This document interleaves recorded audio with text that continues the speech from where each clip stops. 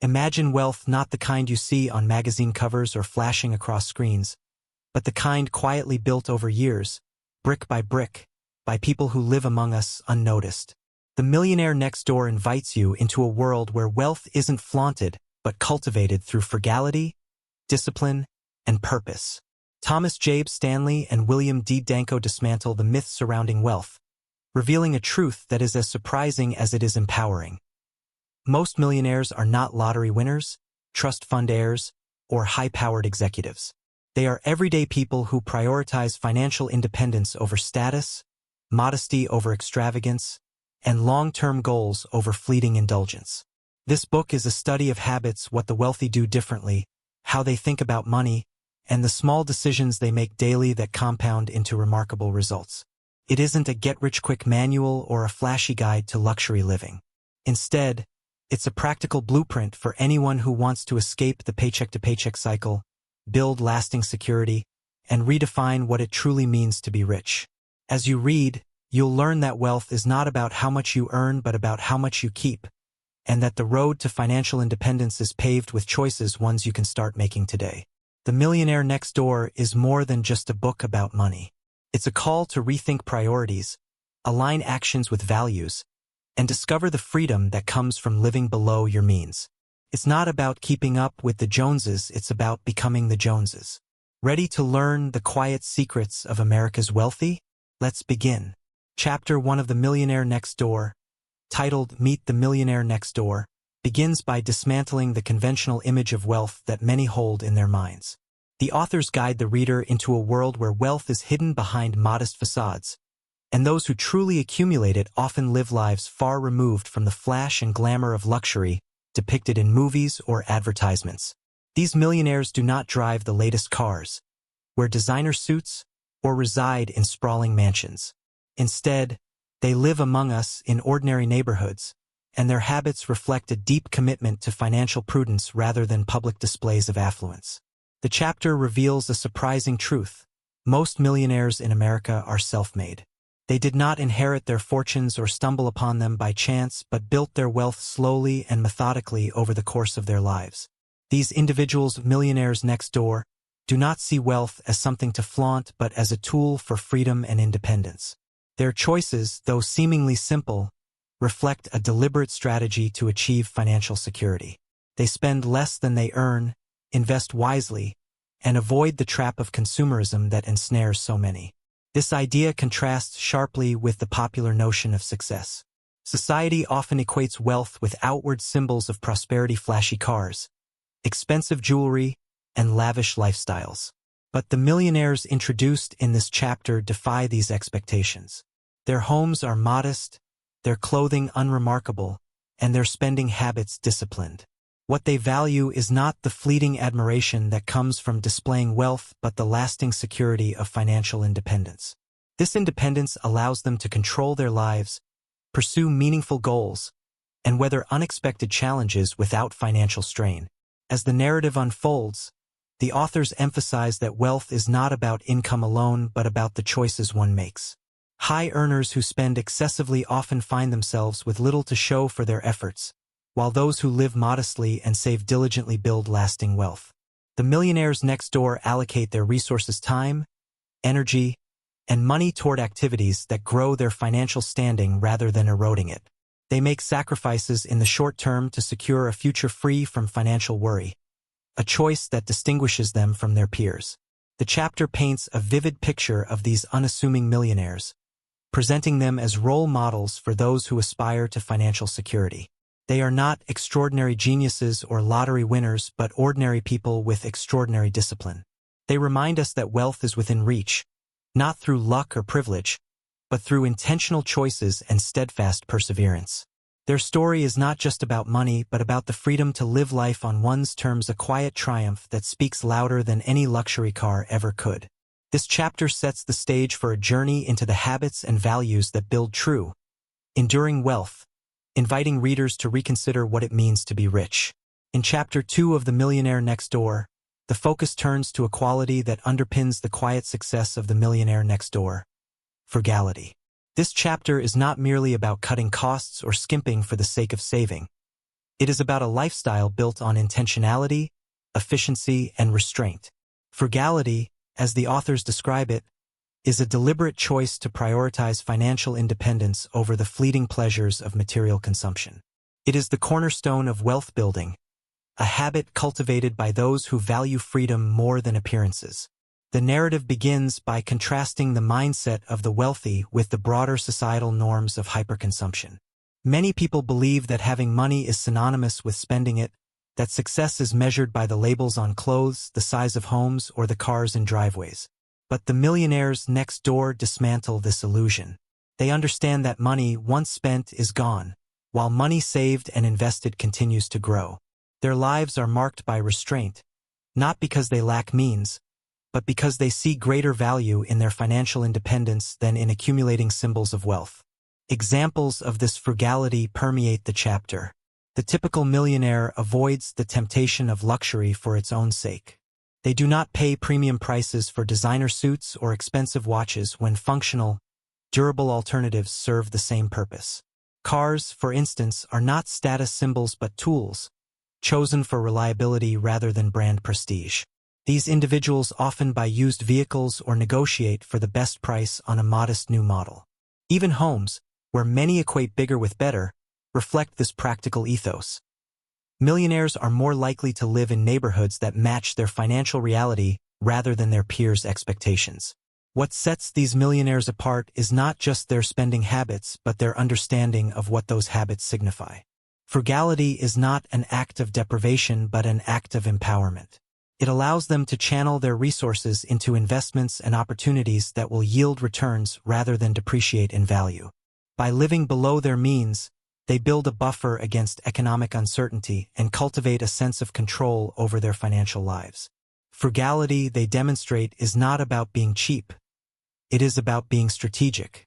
The authors also touch on the psychological benefits of this lifestyle.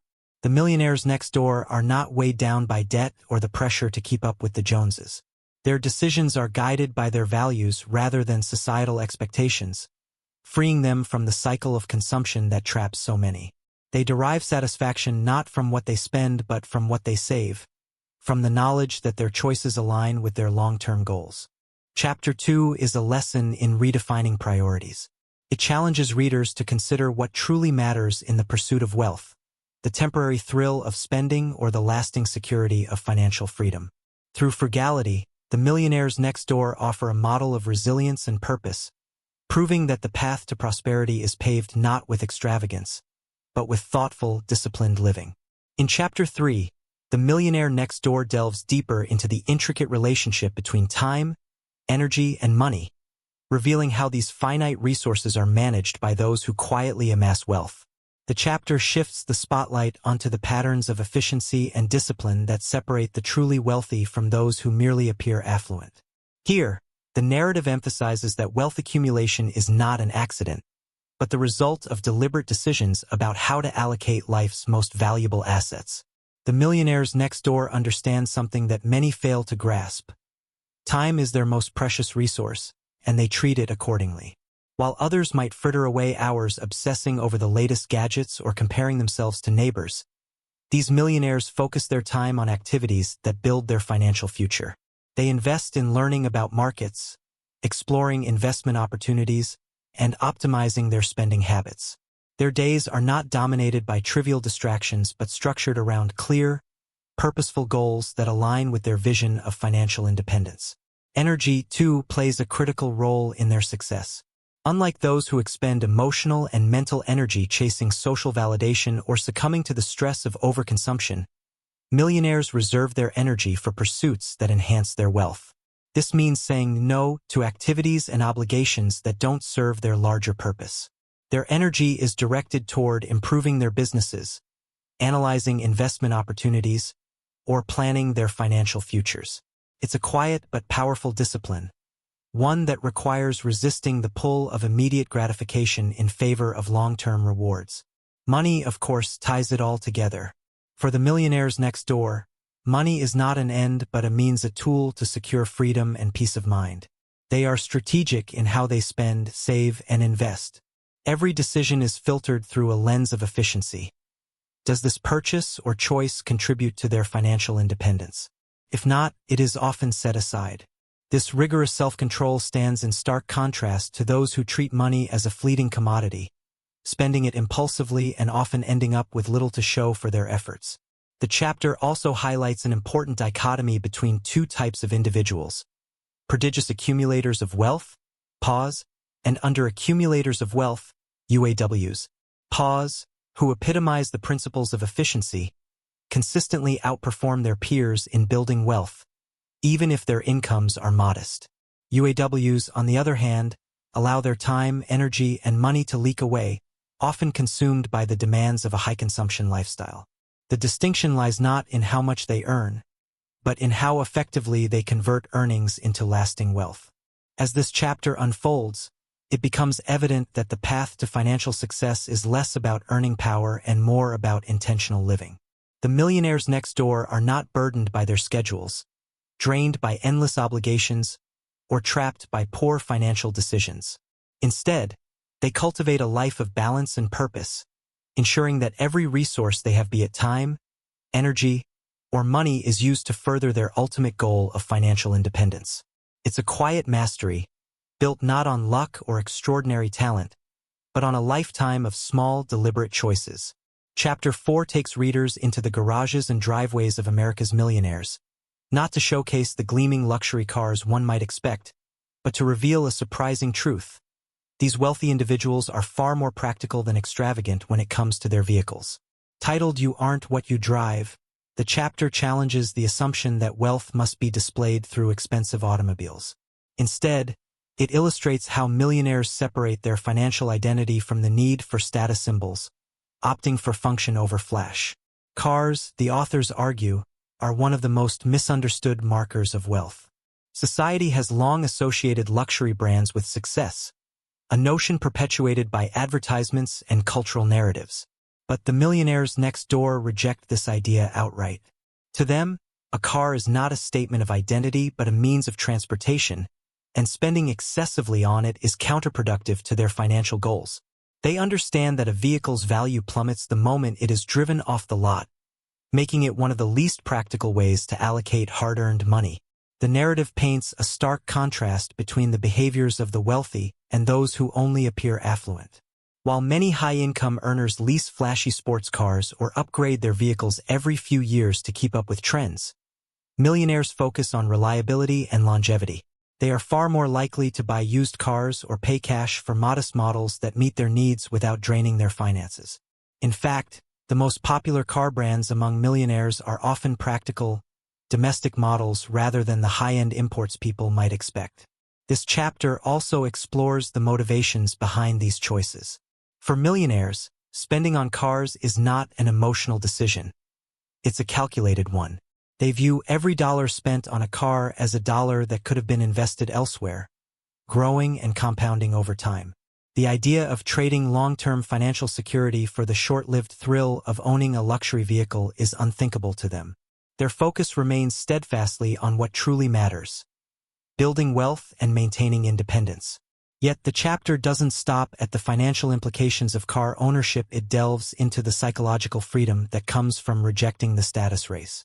By refusing to compete in the game of material display, millionaires liberate themselves from the pressures that burden so many. They are not interested in impressing their neighbors or projecting an image of success. They are secure in their financial choices and their own sense of self-worth. This freedom allows them to channel their resources into what truly brings them value, whether it's growing their businesses, funding their retirement, or spending time with family. As the authors bring the chapter to a close, they leave readers with a powerful realization. The cars we drive often say more about our financial habits than our financial means. The millionaires next door exemplify the wisdom of restraint, proving that wealth is not about appearances but about choices. Their modest vehicles are a testament to their priorities: durability, reliability, and, above all, the unwavering commitment to financial independence.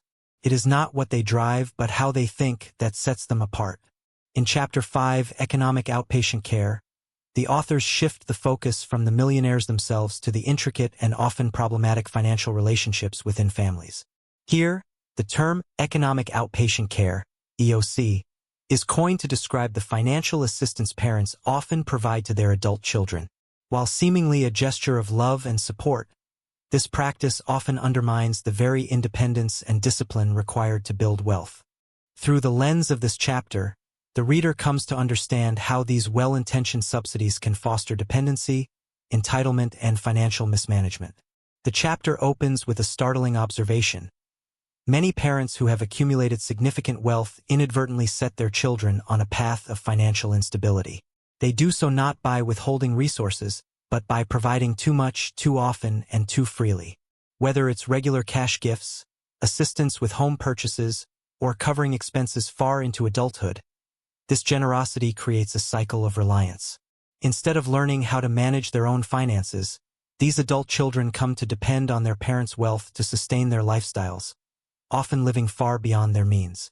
For the millionaires next door, this dynamic is rarely part of their story. The authors make it clear that most self-made millionaires received little to no financial help from their own parents. They attribute their success to self-reliance, hard work, and the discipline forged by necessity. Conversely, the recipients of economic outpatient care often lack the motivation to develop these traits. Knowing there is a financial safety net, they are less inclined to save, invest, or make prudent decisions. EOC, in essence, robs them of the chance to experience the very struggles that create financial resilience. The chapter also delves into the emotional underpinnings of EOC. Many parents provide financial support out of a desire to see their children enjoy a better life or to shield them from hardship. However, this well-meaning aid often comes with unintended consequences. Adult children may begin to view their parents' wealth as an extension of their own, leading to unrealistic expectations and, at times, resentment when those expectations are not met. The delicate balance of family relationships becomes strained under the weight of financial dependence. As the narrative progresses, the authors challenge readers to rethink the notion of generosity. True generosity, they argue, lies not in providing perpetual financial support, but in teaching children how to create and sustain their own wealth. Millionaires Next Door exemplify this philosophy by instilling values of discipline, frugality, and independence in their offspring. Rather than giving them a fish, they teach them how to fish, ensuring that their children are equipped to navigate the financial realities of life on their own. The chapter concludes with a sobering reflection on legacy. Parents who build wealth often want to pass it on to their children, but without careful planning and boundaries, this wealth can become a burden rather than a gift. The lesson here is clear. True financial success is not only about accumulating wealth, but about cultivating the values and skills necessary to sustain it across generations. Economic outpatient care stands as both a warning and a guide, urging families to prioritize independence over indulgence and to recognize that the greatest gift wealth can offer is not money itself, but the ability to live a financially free and self-sufficient life. In Chapter 6, Affirmative Action, Family Style, the narrative digs deeper into the consequences of economic support within families, exposing how wealth is often redistributed among relatives in ways that perpetuate dependency and hinder financial growth. This chapter builds on the foundation laid in the previous one by examining how wealth transfers through gifts, inheritances, or ongoing financial support can create unintended disparities, resentment, and even dysfunction within families. The authors explore how family wealth, when unevenly distributed, can act as a double-edged sword. On one hand, it may provide opportunities such as funding education or helping with a first home. On the other hand, it often fosters entitlement among recipients and can breed tension among siblings or relatives who perceive favoritism. The narrative is laced with examples of parents unintentionally creating divisions within their families by extending financial favoritism, whether deliberate or not. These actions ripple through generations, shaping the financial behaviors and expectations of their descendants. Millionaires, as portrayed in this chapter, approach these dynamics differently. They are keenly aware of the dangers of unchecked financial assistance and understand that true wealth extends beyond money. For them, wealth encompasses the values, discipline, and life skills necessary to sustain financial independence.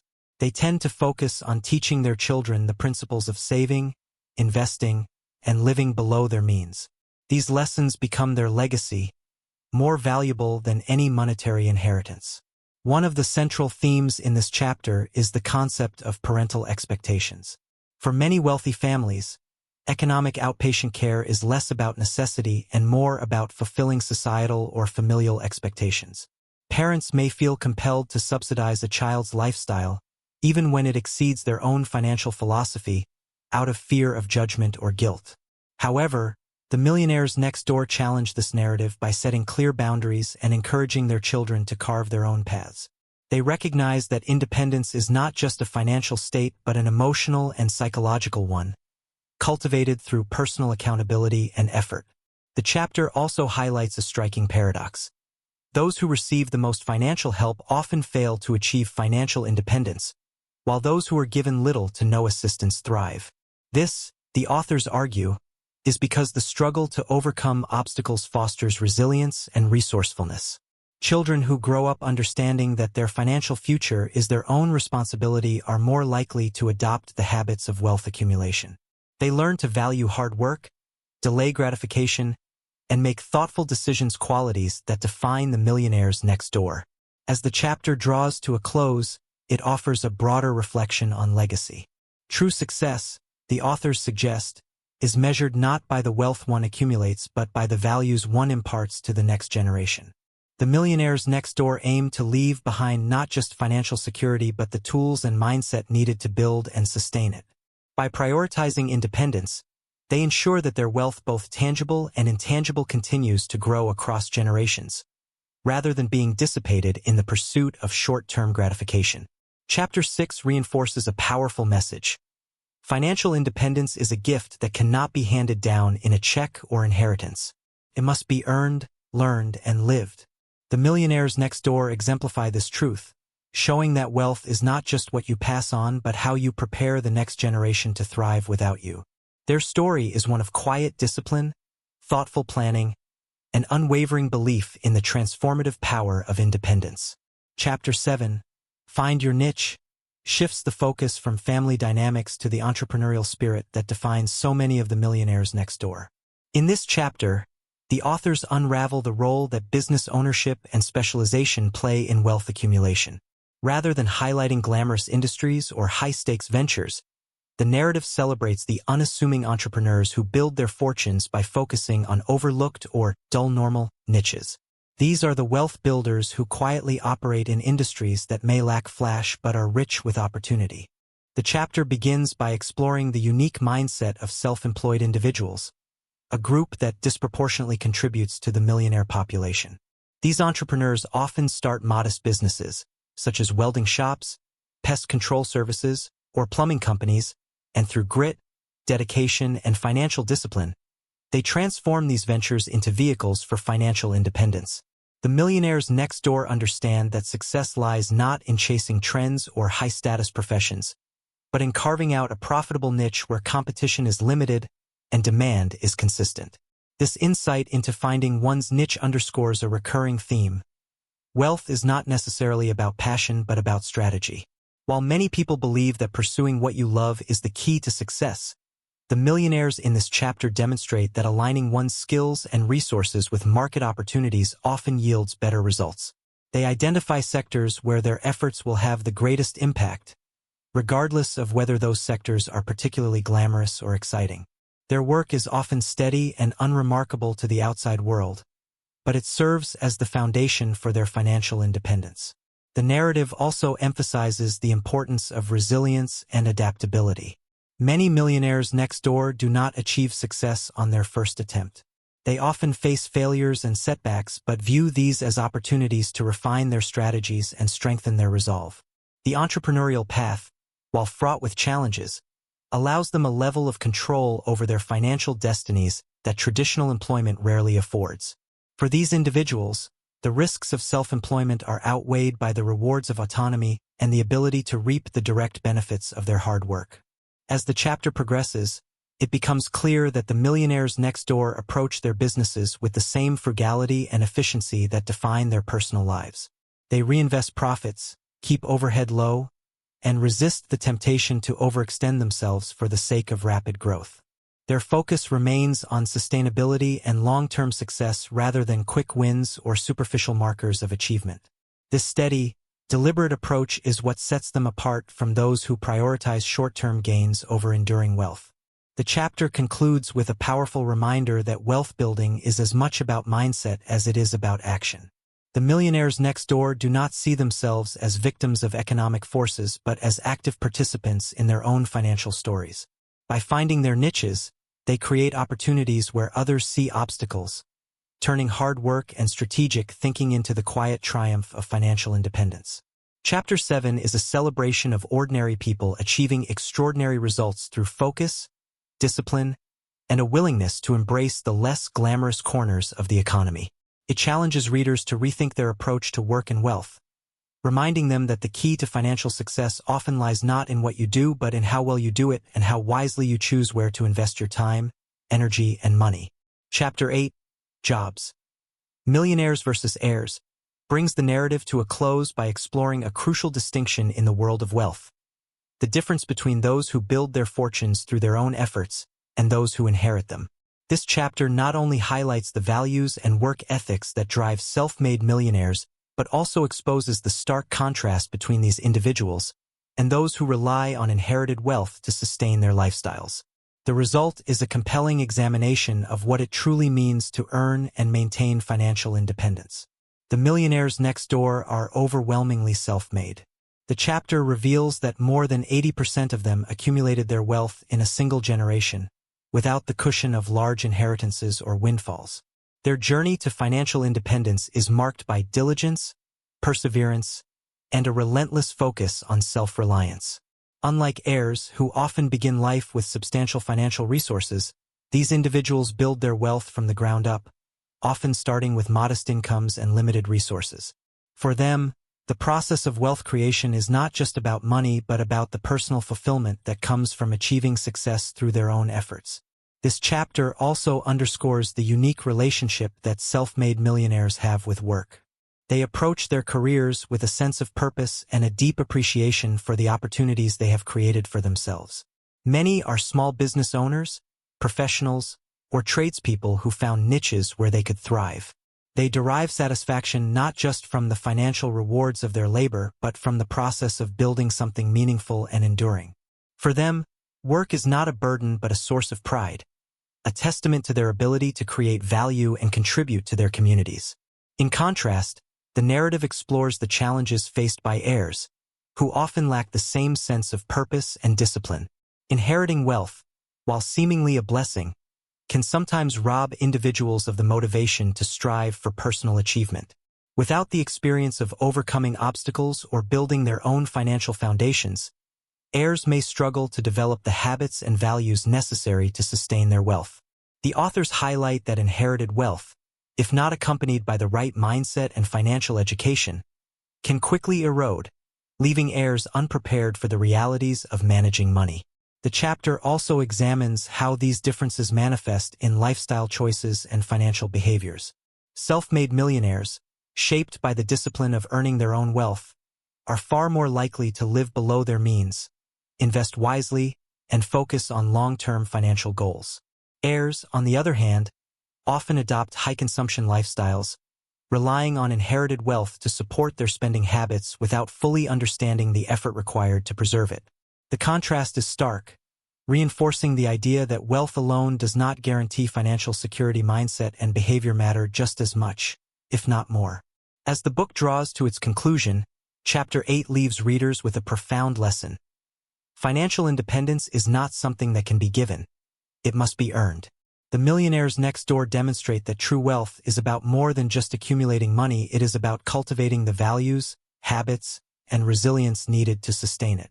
By prioritizing hard work, frugality, and purpose, they have achieved a level of financial freedom that extends far beyond the numbers in their bank accounts. It is a legacy not of money but of self-reliance, a reminder that the journey to wealth is often more rewarding than the destination itself.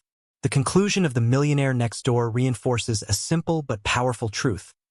Wealth is not about flashy lifestyles or inherited fortunes, but about discipline, frugality, and intentionality. The Millionaires Next Door exemplify that financial independence is achievable for those willing to make thoughtful choices and prioritize long-term security over short-term gratification. Their lives are not defined by their possessions, but by their values: hard work, modesty, and perseverance.